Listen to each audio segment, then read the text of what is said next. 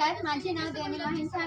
मी आता 8वी शिकते. माझ्या प्रयोगाचे नाव आहे plastic road technology.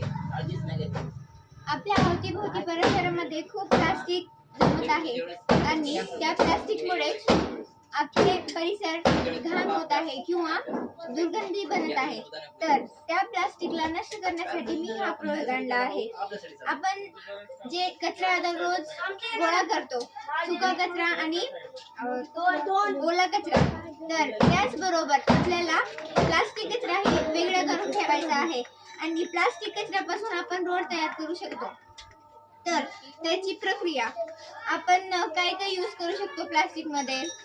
Chocolate wrapper, चिप्सचे pocket, पिशव्या, कॅरी बॅग, असे वेगवेगळे प्रकारचे ह्याच्यामध्ये प्लास्टिक येऊन जातात.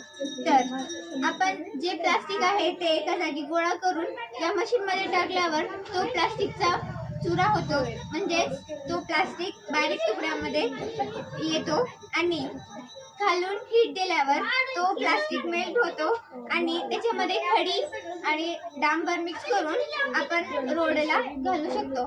आणि या रोडचे चांगले परिणाम काय, तर आपले प्लास्टिक कमी होईल परिसरातला आणि आपल्याला जास्त खर्च लागणार नाही.